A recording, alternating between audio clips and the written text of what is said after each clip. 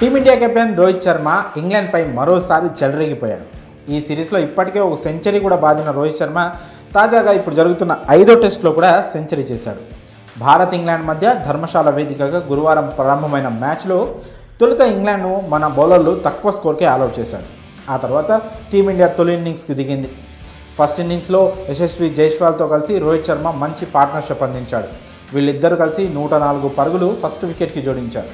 అలాగే Jaiswal half century పూర్తి చేసుకొని ఫస్ట్ డేనే అవుట్ అయ్యాడు.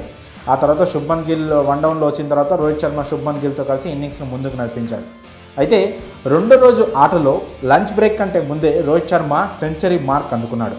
154 బంతుల్లోనే 13 ఫోర్లు 3 సిక్సర్లతో సెంచరీ పూర్తి చేశాడు. ఇక లంచ్ బ్రేక్ తర్వాత కొద్దిసేపటికే అవుట్ అయిపోయాడు. బెన్ స్టోక్స్ బౌలింగ్లో మంచి బాల్కి బౌల్డ్ అయిపోయాడు. మొత్తంగా ఒక 162 బంతులాడి 13 ఫోర్లు 3 సిక్సర్లతో 103 పరుగులు చేసి రోహిత్ అవుట్ అయ్యాడు. అయితే ఈ సెంచరీతో రోహిత్ ఒక మంచి రికార్డును సాధించాడు.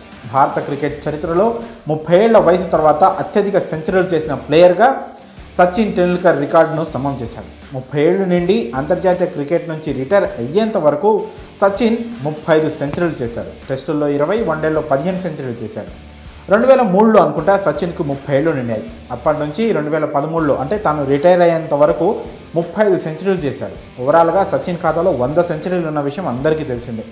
ఇప్పుడు రోహిత్ శర్మ సైతం సచిన్ రికార్డును సమం చేశాడు. 2017లో రోహిత్ శర్మ 30లోకి అడుగుపెట్టాడు. అప్పటి నుంచి ఇప్పటి వరకు రోహిత్ 35 సెంచరీలు బాదాడు. మొత్తంగా రోహిత్ శర్మ ఖాతాలో 45 సెంచరీలు ఉన్నాయి. అందులో టెస్టుల్లో 12, వన్డేల్లో 31, టీ20లో 5 సెంచరీలు ఉన్నాయి. ప్రస్తుతం ఇంగ్లాండ్పై చేసిన సెంచరీతో 30 ఏళ్లు నిండిన తర్వాత అత్యధిక సెంచరీలు చేసిన భారత ఆటగాడిగా సచిన్తో పాటు సమంగా నిలిచాడు.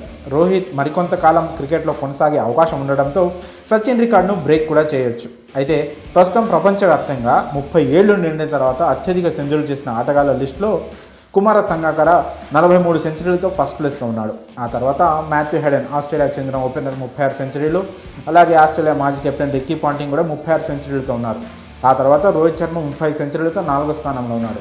సచిన్ 308 ఇన్నింగ్స్లో 30 సెంచరీలు చేస్తే రోహిత్ కేవలం 260 ఇన్నింగ్స్లోనే ఈ ఫీట్ను సాధించాడు.